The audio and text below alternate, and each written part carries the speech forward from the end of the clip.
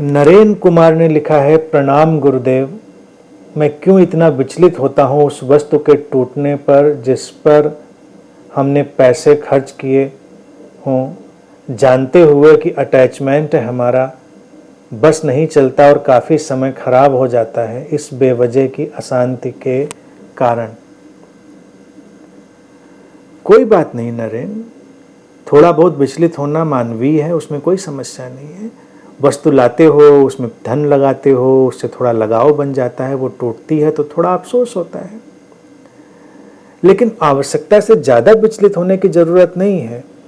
बस इतना देखना है कि किसी भी वस्तु की कितनी अर्थवत्ता है, कितनी उसकी इम्पोर्टेंस है, कितनी महत्ता है, ये देखने की ज़रूरत है। और ये थोड़ा बचपन से जो चाइल्डिशनेस है और मैच्योरिटी है उसका फासला है। जब हम थोड़ा चाइल्डिश उसमें होते हैं तो कुछ ज़्यादा ही विचलित हो जाते हैं, और थोड़ा मैच्योर होते हैं तो हम समझ पाते हैं कि कोई बात नहीं, वस्तु ही तो थी, जब तक तुम्हारे पास थी तुमने उसका उपयोग किया, तुमने उसका आनंद लिया, और फिर टूटना तो उसका स्वभाव ही है। वस्तुएं कोई ऐसी परमानेंट तो बनाई नहीं गई। तुम्हारे हाथ से गिरे तमाम चीज़ें टूटेंगी, इलेक्ट्रॉनिक चीज़ें हो, तुम्हारे बर्तन हो, कुछ हो, बड़ा कीमती तुम बर्तन लाए थे, गिरा टूट गया, टूट गया तो टूट गया, तो क्या करोगे? समझाना ही होता है ना अपने आप को। मुझे अपनी बचपन की बात याद आती है, तो ये बचपना होता है। तो एक कोई पेन आता था, पता नहीं, बड़ा गोल्डन सा पेन होता था, और उसमें ऐसे पीछे से दबा के स्याही भरी जाती थी, इंक की वो बोतल होती थी, उसको दबाइए, उसमें वो पड़ी रहती थी और वो स्याही उसमें खिंच जाती थी।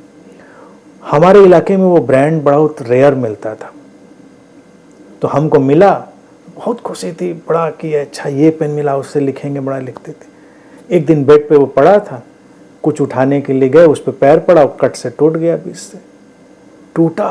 तो बस ऐसा दिल टूटा, लगा कि अब क्या होगा, लेकिन दुनिया ख़त्म हो गई। पेन टूटा, इतना लगाव उससे पेन से बना लिया था हमने। अब उस लगाव में देखिए मूर्खता क्या, फिर सोचा कि अब इसको बनाया जाए, तो कैसे बनाए? जो चीज़ टूट गई थी उसकी वो इंक भरने वाली, पता किया तो एक और सस्ता पेन आता था जिसमें भी वैसी वो चीज़ लगती थी। तो मैंने सोचा कि वो वाली लाके, वो वाली निकाल के इसमें लगा दें तो शायद ये बन जाए। तो वो सस्ता वाला पेन खरीद के लाए, उसको तोड़ा और फिर लगाने की कोशिश की तो लगी नहीं, वो भी टूटा, सस्ता वाला भी टूटा, दोनों टूटे, बात बनी नहीं। बहुत दिन तक मूड खराब रहा। फिर वो दूसरा पेन भी जब पता चला हमारे फादर को, तो उन्होंने ला के दे दिया। उतनी देर की जो परेशानी पीड़ा थी वो ख़त्म हो गई। लेकिन मैं तुम्हारा दर्द समझ सकता हूँ। उस पेन टूटने में मुझको बस लग रहा था कि हाथ टूट जाता, पैर टूट जाता, सिर टूट जाता, सब चलता, लेकिन ये पेन टूट गया।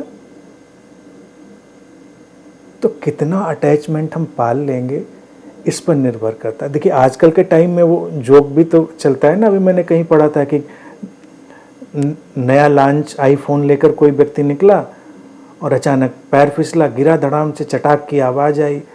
वो बोला हे भगवान, हड्डी ही टूटी हो। यानी उसको था कि चटाक से कहीं आईफोन न टूटा हो, कह रहा हड्डी ही टूटी हो भगवान। तो ये हमारा वस्तुओं से लगाव। लेकिन अगर तुम देखो आईफोन और हड्डी टूटने में क्या चुनना चाहिए, तो विवेकपूर्ण तो यही है कि भाई टूटने दो आईफोन, हड्डी काहे को तोड़नी है अपनी।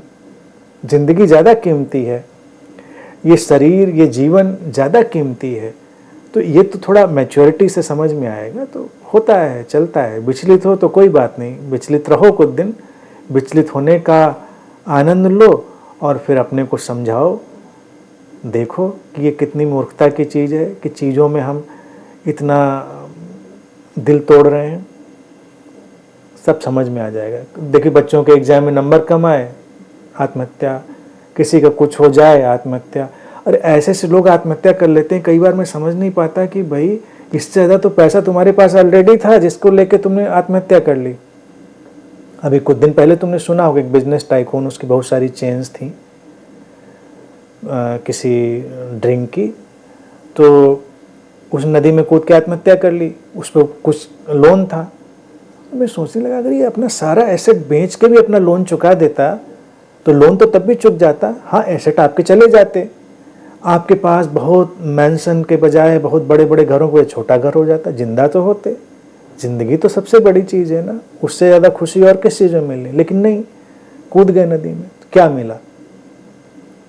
ये केवल मैच्योरिटी है। मैच्योरिटी जब देखेंगे तो समझ में आएगा ज़िंदगी सबसे कीमती चीज़ है। हज़ार लाख अनगिनत चीज़ें टूट जाएं, लेकिन ज़िंदगी वो सबसे कीमती तोहफ़ा है, गिफ्ट है, उसको संभाल कर रखना है।